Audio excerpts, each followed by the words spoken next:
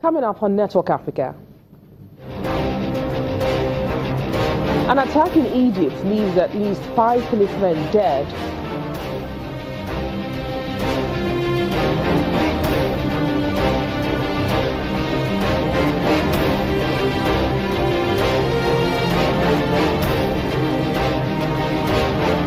And it's President Akufo Addo's first working day in office, and Ghanaians have high expectations for the new government.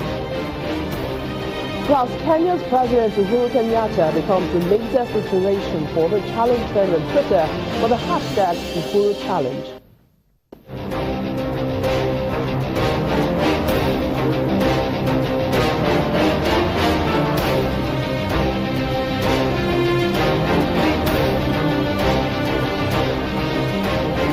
Welcome to the first edition of the program this week. I am BC Adebayo. We start in Egypt, where at least 8 policemen have been killed in an attack on a checkpoint in the northern Sinai city of Al-Arish. Security sources say the attack was launched with an explosive device planted in a street cleaning car. After the explosion, attackers fired guns and rocket-propelled grenades at the checkpoint. There's been no immediate claim of responsibility for the attack, which also wounded 13 people, including 4 civilians. The police say they found the body of one of the attackers driving the vehicle. An Islamic insurgency in the rugged, thinly populated Sinai Peninsula has gained pace since the military toppled President Mohamed Morsi of the Muslim Brotherhood, Egypt's oldest Islamist movement, in mid-2013, following mass protests against his rule. Chad ex-president Hissène Habré has gone to court to challenge his conviction for crimes against humanity. His lawyers argue that the trial by a special court jointly set up by the Senegal and African Union was marred by procedural errors. They also say the defendant's rights were not respected. It's unclear if Mr. Habré will be compelled to appear in person at the special court in the Senegalese capital, Dakar, which he does not recognize. His conviction in May last year was seen as a landmark prosecution against the impunity claimed by many of Africa's oppressive leaders. It's estimated up to 40,000 people in Chad were killed during Hissène Habré's presidency, with thousands more raped or tortured. And as the ongoing political crisis in the Gambia deepens, another private radio station has been shut down by authorities.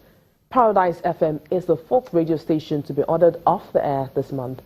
Plainclothes policemen claiming to be acting on information ministry orders told the station to stop broadcasting late on Sunday. The station had hosted an opposition spokesman, Halifa Saleh, and a ruling party spokesman, Yankuba Koli, to discuss the political crisis.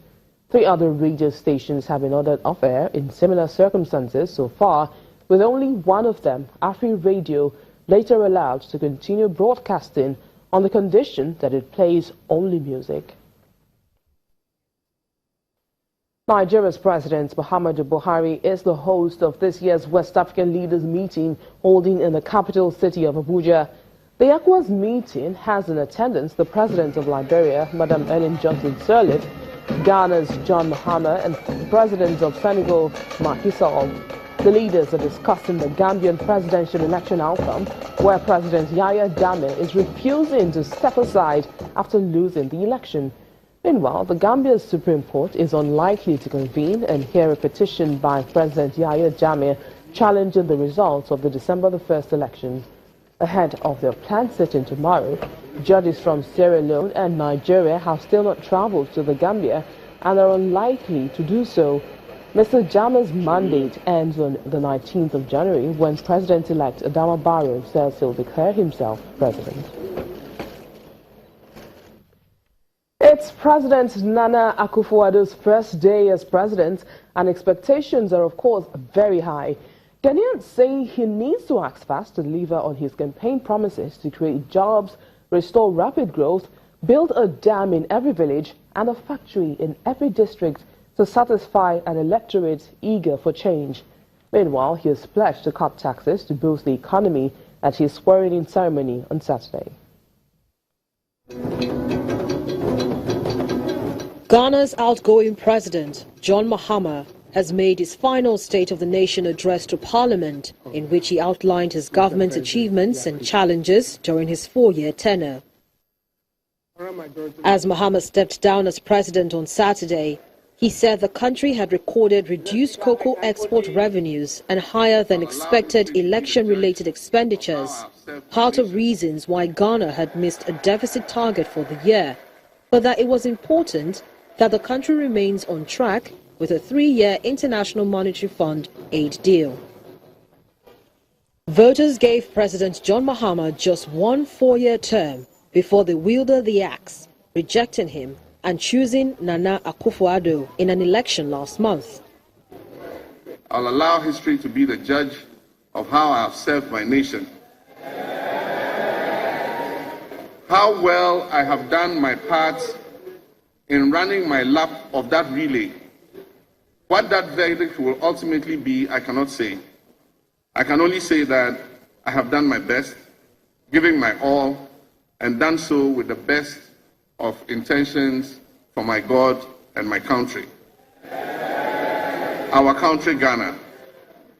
This is why I stand here today, Mr. Speaker, holding the baton of leadership, prepared to pass it on with pride, goodwill, and determination to Nana Addo Akufo-Addo,